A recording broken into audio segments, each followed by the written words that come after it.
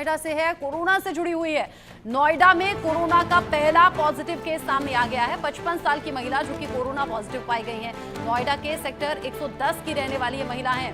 Covid के लक्षण के बाद ही उन्हें अस्पताल में भर्ती कराया गया, जहां जब टेस्ट हुआ तो फिर ये मालूम हुआ कि कोविड पॉजिटिव है। ये नोएडा में ये अपने आप में पहला केस है। और आप समझिए कि अगर हिंदुस्तान में बहुत तेजी के साथ में केसेस बढ़ रहे हैं अलग अलग राज्यों में, तो बड़े एहतियात बरतने की भी यहाँ पर जरूरत है। शासन प्रशासन को ही सिर्फ एहतियात नहीं बरतना है, आपको और हमें यानी कि आम लोगों की बड़ी जिम्मेदारी हो जाती है। बढ़ते केसेस के बीच में एहतियात बरतें, सावधानी रखें, सोशल डिस्टेंसिंग का पालन करें, हाइजीन बहुत ज्यादा मेंटेन रखें, हाथ बार बार धोते रहें। और अगर आपको लग रहा है कि बहुत भीड़ भाड़ वाले हिस्से में आप जा रहे हैं तो मास्क का इस्तेमाल कीजिए, क्योंकि हमने कोविड का पीक टाइम भी देखा है, हमने अपनों को दुनिया से जाते हुए भी देखा है। अब ऐसे में नोएडा में 55 साल की महिला और नोएडा में अपने आप में पहला केस, जहां महिला को कोरोना हुआ है, कोविड पॉजिटिव पाई गई हैं। सेक्टर 110 की रहने वाली ये महिला, जहां लक्षणों को देखते हुए अस्पताल पहुंचाया गया, तब मालूम हुआ कि कोविड पॉजिटिव हैं। अलग अलग राज्यों में कोरोना के केसेस बढ़ रहे हैं और इससे पहले बाकी देशों में कोरोना के केसेस बढ़े, मौत का आंकड़ा भी बढ़ा। अब भारत सरकार की तरफ से भी गाइडलाइंस जारी की जा रही हैं और कई ऐसे अस्पताल हैं जहां पर पहले से ही व्यवस्था देखी जा रही है, पुख्ता की जा रही है कि किसी भी तरीके से कोई खामी ना हो। नोएडा में कोरोना का पहला केस सामने आ गया है, जो बहुत ज्यादा सावधान करने वाला है। इससे पहले महाराष्ट्र में भी ये केसेस बढ़े। महाराष्ट्र में तो इनफैक्ट मुंबई में 2 मौतें भी हो गई, जिसके बाद लोगों ने कोरोना को सीरियसली भी लिया है। ऐसा होता है, जब हल्के लक्षण होते हैं तो आप और हम थोड़ा लापरवाह हो जाते हैं, लेकिन आप याद कीजिए कोरोना की पहली लहर, दूसरी लहर और तीसरी लहर, जब लोगों ने बड़ा नुकसान झेला है इस कोरोना में। सिर्फ ये काम धंधे, व्यवसाय या नौकरी की बात नहीं कर रही, जान की बात कर रही हूँ। लोगों ने बड़ा नुकसान झेला है। इनफैक्ट जो लोग कोरोना होने के बाद में रिकवर भी हुए हैं, वो पहले जैसी नॉर्मल जिंदगी, बहुत से लोग ऐसे हैं जो नहीं जी पा रहे हैं। बहुत सी दिक्कतें अभी भी बनी हुई हैं, क्योंकि एक बार अगर कोरोना अटैक करता है तो आपके शरीर में अलग अलग तरीके से अटैक होता है और आपका जो रेस्पिरेटरी सिस्टम है वो पूरी तरह से प्रभावित हो जाता है। तो अगर शुरुआती लक्षण ही दिख रहे हैं तो तुरंत आप सचेत हो जाइए और सबसे पहली बात तो ये नौबत ही मत आने दीजिए कि आपको कोरोना हो, आप सावधानी बरतिए। कोरोना के नए वेरिएंट ने एशिया में तबाही मचा दी है। एशिया के कई देशों में कोरोना बढ़ा हुआ है, खतरा बहुत ज्यादा बढ़ गया है। भारत में भी बढ़ते हुए कोरोना के मामलों को देखते हुए टेंशन बढ़ी हुई है। भारत के अभी 11 प्रदेश ऐसे हैं जहां पर कोविड के एक्टिव केसेस हैं। बढ़ते कोविड मामलों पर सरकार भी सतर्क नजर आ रही है। आप समझिए कि अगर भारत के 11 राज्यों तक कोविड दस्तक दे चुका है, तो अलग अलग जगह जो राज्य सरकार है वो अब बहुत ज्यादा अटेंटिव दिख रही है। साथ ही साथ नोटिफिकेशन जारी करके लोगों को बताया गया है कि आपको क्या सावधानी बरतनी है, आपको कैसे बचना है और क्या इंतजाम करने हैं। शुरुआती लक्षण ही आए हैं। अभी नोएडा में जो पहला केस सामने आया है 55 साल की महिला में, शुरुआती लक्षण के बाद ही अस्पताल पहुंची थी। इससे पहले कि हालात बिगड़ जाएं, आपको बहुत ज्यादा सावधान रहना होगा। आप मास्क का इस्तेमाल कीजिए, आप सोशल डिस्टेंसिंग का मेंटेन आपको करना है, यानी एक निश्चित दूरी आप बनाकर रखें। हाथ बार बार धोते रहें, भीड़ भाड़ वाले हिस्सों में जाने से बचें। कब, कैसे और कौन कोरोना की चपेट में आ जाए ये कहा नहीं जा सकता। अभी जो केसेस सामने आ रहे हैं उन्हें वैसे भी उनका ट्रैवल हिस्ट्री देखी जा रही है। ये देखा जा रहा है हाल फिलहाल में उन्होंने कहीं की यात्रा तो नहीं की, या फिर किसके संपर्क में वो आए थे।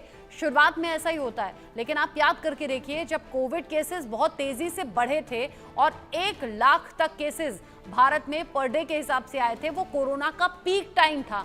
तो ऐसे में तो पॉसिबल ही नहीं है कि उन केसेस को ट्रेस किया जा सके, ट्रैवल हिस्ट्री देखी जा सके या फिर इंतजाम हो, तो वो आउट ऑफ कंट्रोल वाली सिचुएशन ना आए। ये जिम्मेदारी सबसे पहले आपकी और हमारी है। देश में कोरोना को देखते हुए, बढ़ते केसेस को देखते हुए गुरुग्राम के सिविल हॉस्पिटल सेक्टर 10 में आइसोलेशन वार्ड्स बनाए गए हैं। 24 घंटे लैब टेस्टिंग की व्यवस्था की गई है। गुरुग्राम से इंडिया न्यूज संवाददाता गुलशन ग्रोवर की ये रिपोर्ट देखिए। साइबर सिटी गुरुग्राम में कोरोना मरीजों की संख्या अब लगातार बढ़ती जा रही है। अब गुरुग्राम में कोरोना का एक और केस सामने आया है, जो कि सेक्टर 39 का रहने वाला ये व्यक्ति डॉक्टर बताया जा रहा है। गुरुग्राम में कोरोना मरीजों की संख्या 4 हो गई है। मैं इस समय गुरुग्राम के सिविल अस्पताल में मौजूद हूँ, जो कि सेक्टर 10 में है। यहाँ पर कोरोना मरीजों के लिए एक अलग से आइसोलेशन वार्ड भी तैयार किया गया है, जो कि मेरे पीछे आप देख रहे हैं, ये आइसोलेशन वार्ड है जो कि कोरोना मरीजों के लिए ये तैयार किया गया है। जिस भी व्यक्ति में कोरोना पाया जाता है, यदि वो गुरुग्राम के सिविल अस्पताल में भर्ती होना चाहता है तो इसी आइसोलेशन वार्ड में उसे रखा जाएगा। फिलहाल 6 बेड जो है ये आरक्षित किए गए हैं आइसोलेशन वार्ड में, और इन्हीं बेडों पर कोरोना जो मरीज है वो रहेंगे, क्योंकि इससे पहले भी आइसोलेशन वार्ड जो है वो तैयार किए गए थे। जब हमने देखा था कि मार्च 2020 में जब कोरोना का केस आया था तो उस समय भी अलग से आइसोलेशन वार्ड तैयार किए गए थे, और एक बार फिर गुड़गांव के सेक्टर 10 में यहाँ पर आइसोलेशन वार्ड तैयार कर दिया गया है। यानी अब जिस तरह से कोरोना के मरीजों की जो संख्या है वो लगातार बढ़ती जा रही है, उसके बाद डॉक्टर जो हैं वो पूरी तरह से अलर्ट मोड पर हैं। गुड़गांव की चीफ मेडिकल ऑफिसर ने कहा है कि तमाम जो भी ज़रूरी सुविधाएं हैं वो अब तैयार की जा रही हैं।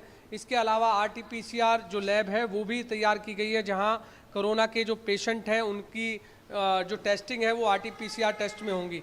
मेरे साथ इस समय डॉक्टर मनीषा हैं, उनसे बात करते हैं। जिस तरह हमने आपको दिखाया आइसोलेशन वार्ड के बारे में, RT-PCR टेस्ट के बारे में, क्या क्या और अन्य सुविधाएं हैं। मैडम आप बताइए कि किस तरह से अब गुड़गांव का सिविल अस्पताल कोरोना के मरीजों के लिए तैयार है। जिस तरह से आपने कहा कि आइसोलेशन वार्ड तैयार कर दिया गया है, कितने बेड हैं और क्या क्या सुविधाएं हैं? देखिए, हमारे अस्पताल में 2 तरह की सुविधाएं हैं। एक तो पहले पेशेंट की जांच, और एक जांच पुख्ता होने के बाद अगर उसको एडमिशन की ज़रूरत है तो उसके लिए हमने बेड्स रिजर्व कर दिए हैं, ताकि पेशेंट को लंबे टाइम तक वेट ना करना पड़े। आइसोलेशन वार्ड में फैसिलिटीज़ जो भी कोविड ट्रीटमेंट में चाहिए वो हमारे पास अवेलेबल है। मशीनरी है, बायोलॉजिकल जो भी इक्विपमेंट है, बायोमेडिकल, वो सारा हमने फंक्शनल करके रखा है। और साथ में टेस्टिंग के लिए पेशेंट्स को अर्लीस्ट पॉसिबल जो रिपोर्ट मिल सके उसके लिए हमने 2 तरह की किट्स की डिमांड भी दे दी है, जो बहुत ही जल्दी आने वाली है। रैपिड एंटीजन की सुविधा हमारे पास होगी, प्लस RT-PCR की, दोनों तरह की हमारे पास सुविधा होंगी। रैपिड एंटीजन का जो रिज़ल्ट है वो हाथों हाथ आ जाता है, पेशेंट को हम जल्दी से जल्दी रिपोर्ट देंगे।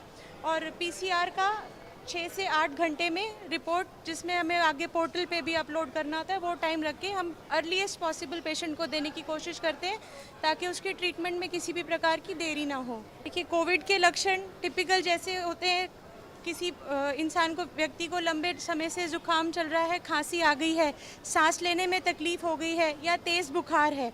दूसरा, ये नए वाला जो कोविड का वेरिएंट आया, इसमें हम देख रहे हैं लोगों को body aches, severe body aches, ये भी आ रहे हैं। लक्षण जैसे जैसे स्ट्रेन चेंज होता है तो लक्षण चेंज होते हैं। तो हमारे डॉक्टर्स हैं सारे अप टू डेट हैं, तो इस डायग्नोसिस मतलब सिम्टम्स के आधार पर वो टेस्ट एडवाइस करेंगे। टेस्ट की रिपोर्ट आएगी, जो डाउटफुल केस होगा उसको एडमिट भी कर लिया जाएगा और सुचारू रूप से ट्रीटमेंट यहाँ पर दिया जाएगा। इस तरह से मैडम अब गुड़गांव में हम देख रहे हैं कि लगातार मरीज बढ़ रहे हैं। अब 4 टोटल मरीज गुड़गांव में कोरोना के हो गए हैं। लगता है कि ये आंकड़ा और भी बढ़ सकता है। देखिए, वायरस है, उसका बिहेवियर हम पहले से जज नहीं कर सकते हैं, लेकिन जो हमारा पहले का एक्सपीरियंस कहता है, हमारी जिम्मेदारी है कि हमें पहले से ही सतर्क रहना है। इसके लिए लोगों को जैसे हैंड वॉशिंग है, मास्क पहन के रहना है, ये चीज़ें करनी है। हॉस्पिटल में हमने स्टाफ को ट्रेनिंग दे दी गई है, किस तरह से हम कोविड को कंट्रोल, उसके स्प्रेड को रोक सकते हैं। ओवर क्राउडिंग अवॉइड करनी है, सोशल डिस्टेंसिंग मेंटेन करनी है। जो कुछ मेजर्स हैं जो हर एक वेव में सामान्य ही रहेंगे, तो वो मेजर्स हमने यहाँ पर लेने स्टार्ट कर दिए हैं।